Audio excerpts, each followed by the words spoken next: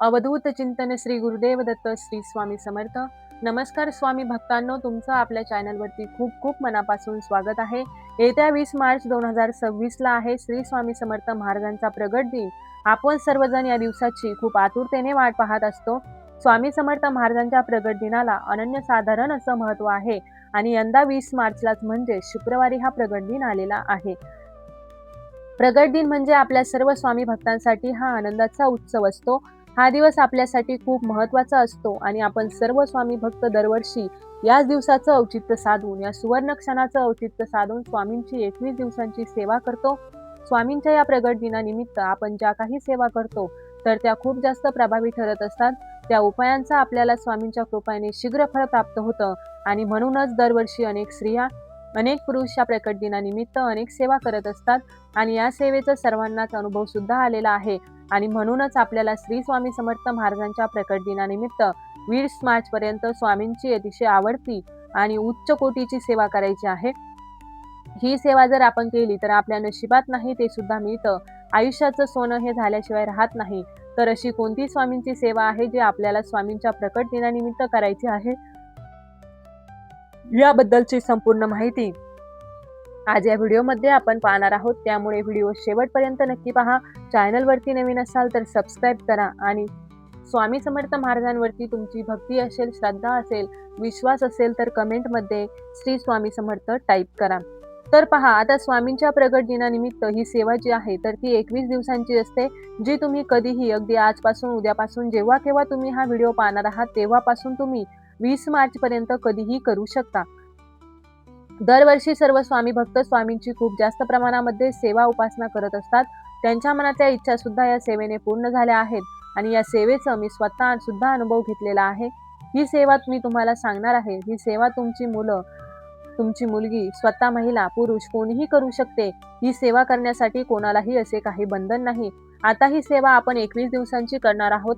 मग तुम्ही म्हणाल की 21 दिवसांमध्ये आम्हाला मासिक धर्म येतो किंवा मग कुठे काही लग्न असेल, काही कार्यक्रम असेल, तिथे गावाला जायचं असेल, काहीतरी अडचणी आल्या, सुतक पडले, तर अशा वेळी 21 दिवसांची सेवा ही सातत्याने कंटिन्यू कशी करायची तर पहा. 28 फेब्रुवारीला ही सेवा चालू केली. 2 ते 3 दिवस तुम्ही सेवा केली आणि मध्ये काही जर तुम्हाला अडचणी आल्या, तुम्हाला बाहेरगावी जावं लागलं, तर अशा वेळी तुम्ही ते दिवस मध्ये सोडून द्यायचे आहेत आणि पुन्हा तुम्ही बाहेरून आल्यानंतर मग पुढचे दिवस तुम्ही कंटिन्यू ही सेवा जी आहे ती करू शकता. तुम्ही 21 दिवसांची सेवा करू शकता, 11 दिवसांची सेवा करू शकता, 7 दिवसांची सेवा करू शकता, 5 दिवसांची, अगदी 3 दिवसांची सुद्धा तुम्ही सेवा करू शकता. आता सर्वात महत्त्वाचं म्हणजे स्वामींची सर्वात आवडती सेवा म्हणजे कोणती, तर स्वामी प्रगट दिनानिमित्त स्वामी चरित्र सारामृताचं पठण करू शकता. श्री स्वामी चरित्र सारामृत हा अमृत ग्रंथ दिव्य अनुभव देणारा आहे, मनातील इच्छा पूर्ण करणारा आणि मेन म्हणजे स्वामी महाराजांच्या अगदी जवळ नेणारा आहे. हा ग्रंथ स्वामी महाराजांचे नामस्मरण आहे आणि स्वामी नेहमी स्वतः म्हणायचे की माझं नाम जप करत असतो, त्याला मी अखंड जपत असतो आणि म्हणूनच आपल्याला 20 मार्च पर्यंत 21 पारायण करायचे आहेत. आणि जर तुम्हाला शक्य असेल तर तुम्ही दररोज 1 ते 21 अध्याय जे आहे ते एका बैठकीमध्ये पूर्ण करू शकता. जर ते तुम्हाला शक्य नसेल तर तुम्ही दररोज 3 अध्याय असे पठण केले तरी सुद्धा चालेल किंवा 3 दिवसांमध्ये एक ग्रंथ तुम्ही पूर्ण केला तरी सुद्धा चालेल. स्वामी चरित्र सारामृत हा ग्रंथ छोटा आहे. याच्यामध्ये काही अध्याय आहेत ते अगदी छोटे छोटे आहेत. 1.5 ते 2 तासामध्ये 21 अध्याय जे आहेत ते पूर्ण वाचून होतात. म्हणूनच सहज आपण 21 मार्च पर्यंत 21 पारायण जे आहे ते करू शकतो. ते शक्य तुम्हाला नसेल तर 11 तुम्ही करू शकता. 5 किंवा 7 जेवढे तुम्हाला शक्य होतील तेवढी जी सेवा आहे ती तुम्हाला करायची आहे. अगदी एक पारायण तुम्ही केलं तरी सुद्धा त्याचं फळ जे आहे ते तुम्हाला मिळणार आहे. आता ही सेवा जर तुम्ही करणार असाल तर तिला कशी सुरुवात करायची, तुम्हाला काय करायचं आहे, एका पाटावरती लाल वस्त्र टाकून त्यावरती स्वामींचा फोटो ठेवायचा किंवा मूर्ती ठेवायची आहे. यानंतर तिथे आपल्याला पारायण करण्यासाठी स्वामी चरित्र सारामृत जो ग्रंथ आहे तो सुद्धा लागणार आहे. साईडला तुम्ही कलश सुद्धा स्थापन करायचा आहे. कलशावरती नारळ ठेवायचा आहे. यानंतर ही सेवा तुम्हाला करण्या अगोदर एक नारळ आणि थोडीशी खडीसाखर घेऊन स्वामींच्या मंदिरात, मठात किंवा केंद्रात जायचं आहे. तिथे जाऊन तुम्हाला हा नारळ स्वामींना अर्पण करायचा आहे आणि स्वामींना सांगायचं आहे की मी आपल्या प्रगट दिनानिमित्त सेवा करत आहे. ही सेवा माझ्याकडून तुम्ही पूर्ण करून घ्या आणि ही सेवा जर तुम्ही संकल्पयुक्त करत असाल तर तो संकल्प तुम्हाला स्वामींना सांगायचा आहे. यानंतर तुम्हाला मी जी काही सेवा सांगितली ती तुम्हाला करायची आहे. आता ही सेवा तुम्ही दिवसभरामध्ये कधीही करू शकता. फक्त दुपारी 12 ते 12:30 ही जी वेळ आहे त्या वेळेमध्ये तुम्हाला स्वामींची कोणतीही सेवा जी आहे ती करायची नाही. ही जी वेळ असते ती श्री स्वामी समर्थ महाराजांच्या, दत्त महाराजांच्या भिक्षेची वेळ असते. मग ती वेळ सोडून तुम्ही कोणत्याही वेळेमध्ये ही सेवा करू शकता. तसेच ज्यांना श्री स्वामी चरित्र सारामृताचे पठण करायचं शक्य नाही, अशांनी दररोज स्वामींच्या प्रगट दिनानिमित्त 11 माळी श्री स्वामी समर्थ मंत्राचा जप करावा. हा जप सुद्धा इतका प्रभावी आहे की तुम्हाला सांगितल्याप्रमाणे स्वामी स्वतः सांगतात की जो माझा जप करतो त्याला मी आयुष्यभर जपतो. आणि म्हणूनच जर स्वामींच्या फोटोसमोर तुमच्या घरासमोर बसून तुम्ही हा जप जर केला तर तो सुद्धा खूप प्रभावी मानला जातो. म्हणून तुम्ही 21 दिवस 11 माळी जप करायचा आहे. जर तुम्हाला 21 दिवस शक्य नसेल तर 11 दिवस, 7 दिवस, 3 दिवस का होईना तुम्ही ही जी सेवा आहे ती करायची आहे.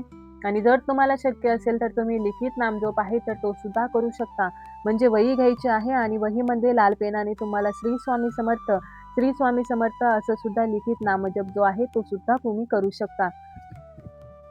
ही स्वामींची खूप जास्त प्रभावी सेवा मानली जाते. त्याचबरोबर तुम्ही स्वामींच्या प्रगट दिनानिमित्त गुरुचरित्राचं सुद्धा पारायण करू शकता. आता हे पारायण 7 दिवसांमध्ये केले जाते. म्हणून तुम्हाला प्रकट दिनानिमित्त 7 दिवस मिळणार आहेत. त्यामध्ये तुम्हाला कुठे बाहेरगावी जायचं नाही. तुमचा मासिक धर्म नसेल तर असे 7 दिवस बघून तुम्हाला हे पारायण करायचं आहे. तुम्ही पारायण सुद्धा करू शकता.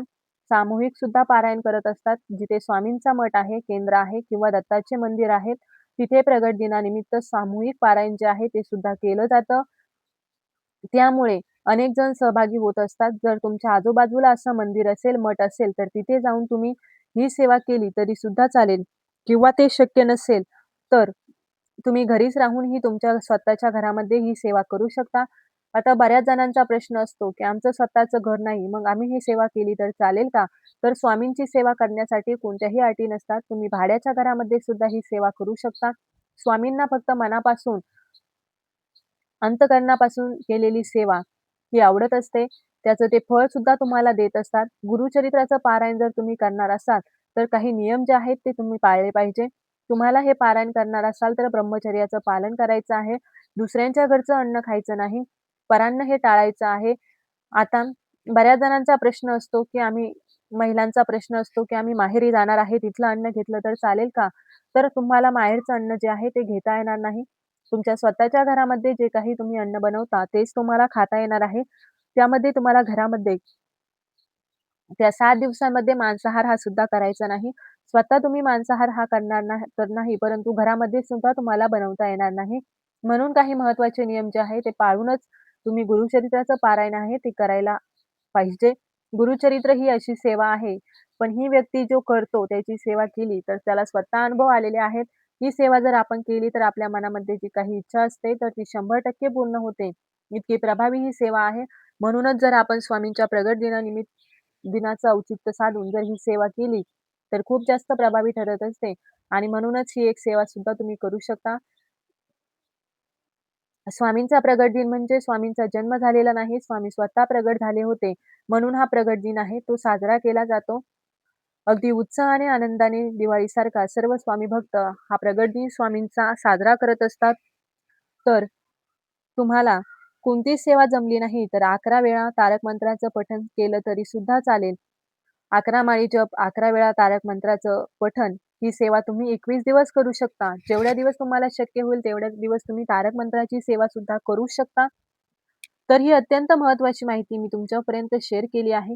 व्हिडिओ आवडला असेल तर व्हिडिओला लाईक करा. चॅनलवरती नवीन असाल तर सबस्क्राईब करा आणि चला तर मग भेटूया असंच एका नवीन व्हिडिओमध्ये नवीन माहितीसह. तोपर्यंत सर्वांना श्री स्वामी समर्थ. जय जय स्वामी समर्थ.